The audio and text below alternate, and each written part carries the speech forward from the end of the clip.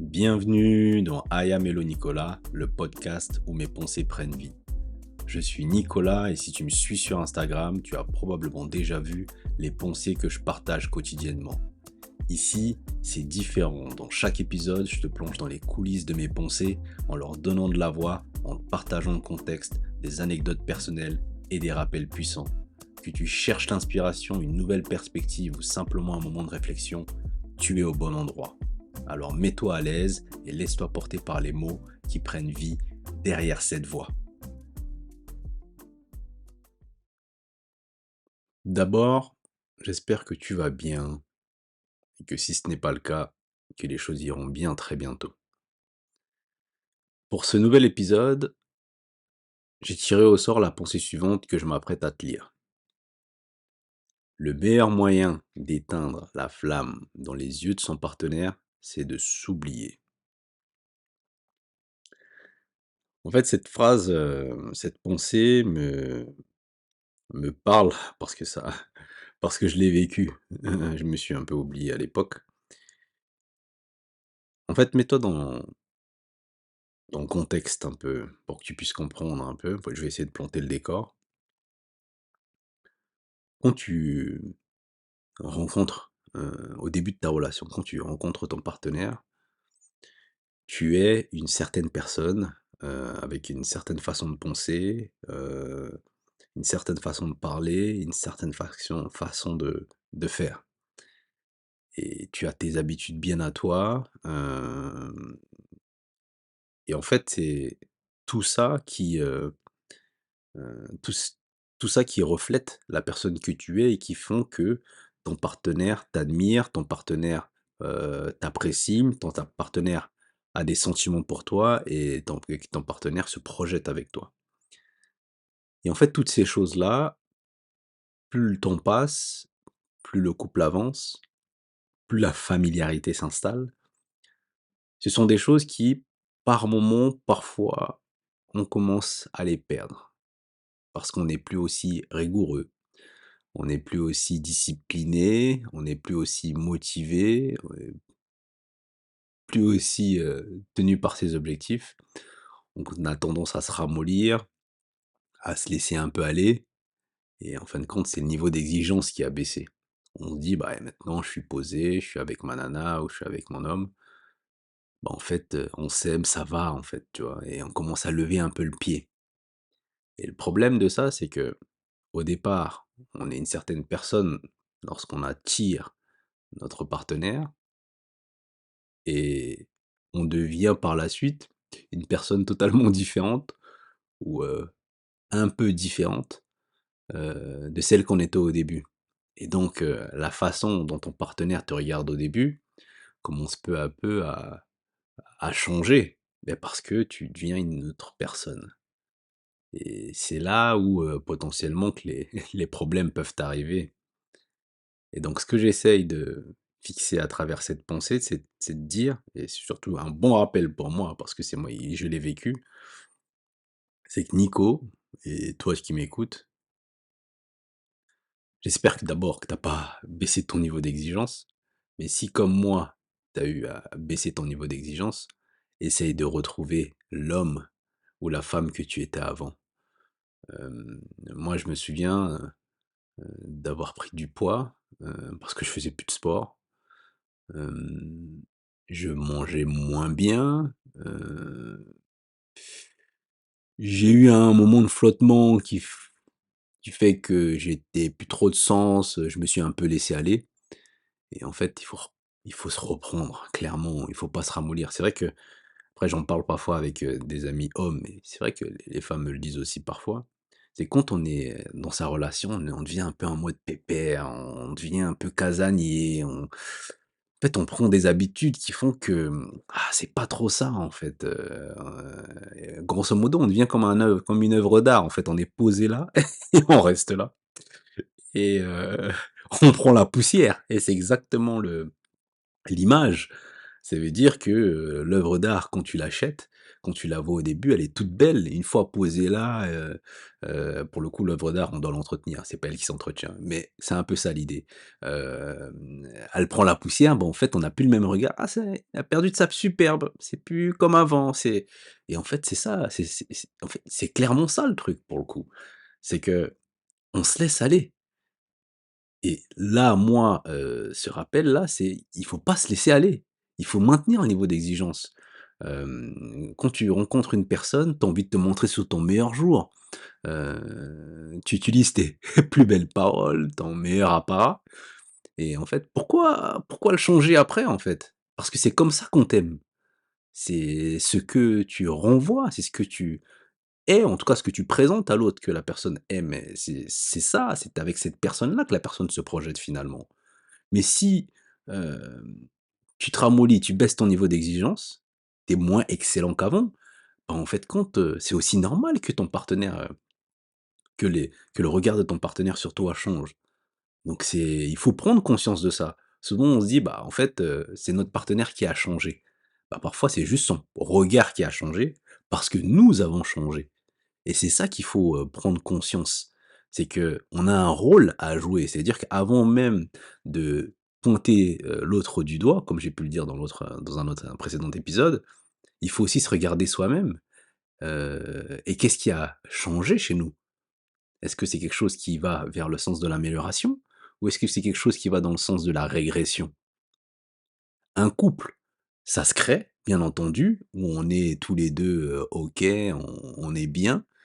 Mais ça s'entretient et entretenir le couple, c'est pas forcément, quelque chose qui est dans le rapport à l'autre. C'est aussi quelque chose qui est dans le rapport à soi, à soi-même, à quelle est la personne que l'on est, quelle est la personne que l'on souhaite devenir et qu'est-ce que l'on fait pour, combler entre ce qu'on est aujourd'hui et ce qu'on veut devenir demain? Quelles sont les actions qu'on pose au quotidien?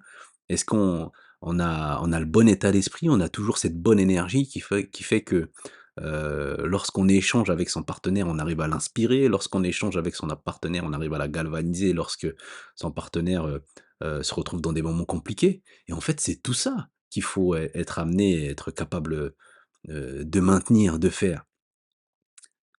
Et c'est ça quand, quand tu as près de toi une personne qui est bien, dans sa tête, bien dans son corps, qui maintient justement ce niveau d'exigence et d'excellence en lui-même, en fait, c'est agréable d'être à ses côtés. C'est inspirant d'être à ses côtés. C'est une personne qui nous montre d'une certaine façon le chemin à suivre par l'exemple et non par les critiques, ni par les reproches. Et en fait, c'est ça et j'étais arrivé à un niveau où, je me suis laissé aller et je l'avoue, je le concède, c'est mon erreur. Je me suis laissé aller et donc il a fallu à un moment donné que je prenne conscience que j'avais ma part de responsabilité dans dans dans cette flamme qui commençait à perdre, de sa superbe et qu'il fallait que je me reprenne en main.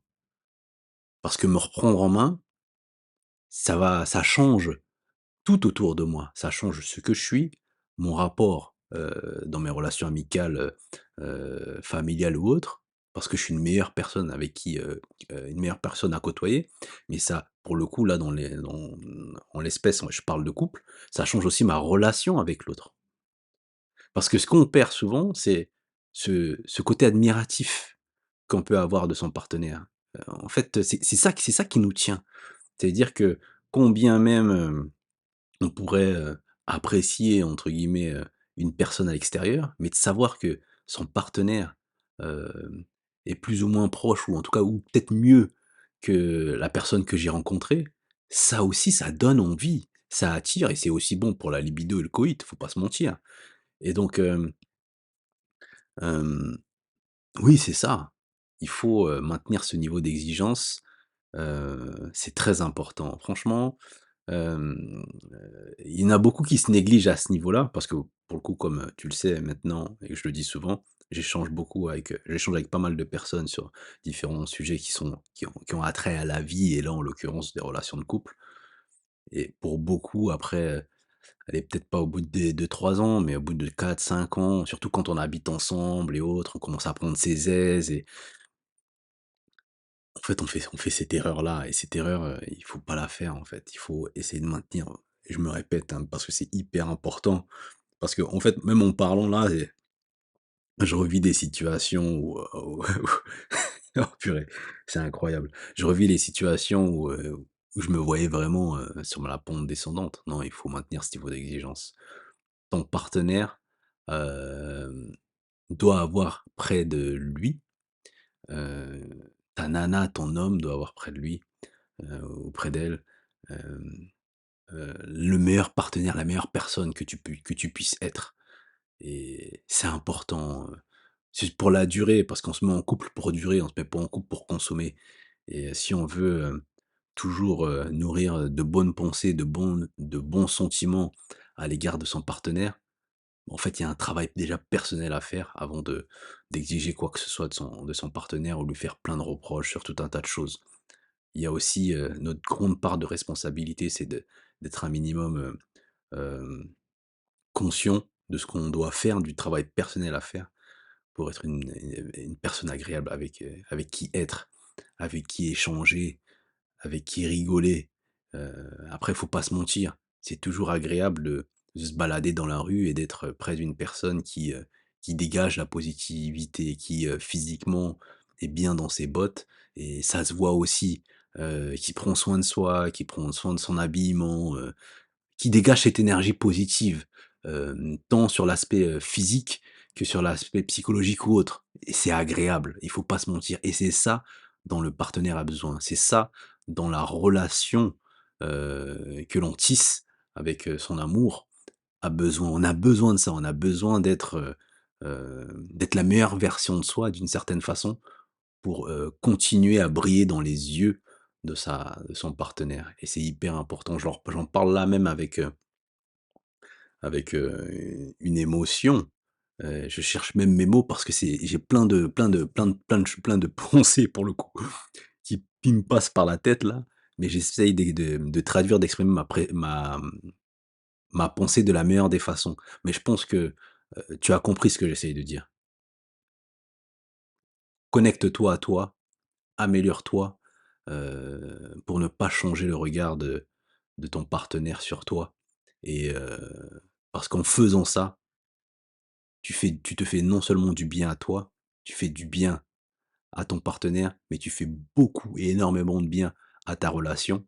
Et si tant est que vous avez des enfants ensemble, vos enfants vous voir, donner la possibilité à vos enfants de vous voir comme ça, épanoui personnellement, épanoui dans le couple, au meilleur de ce que vous pouvez donner, c'est quelque chose de magnifique, et vous les inspirez aussi pour, leurs prochaines relations.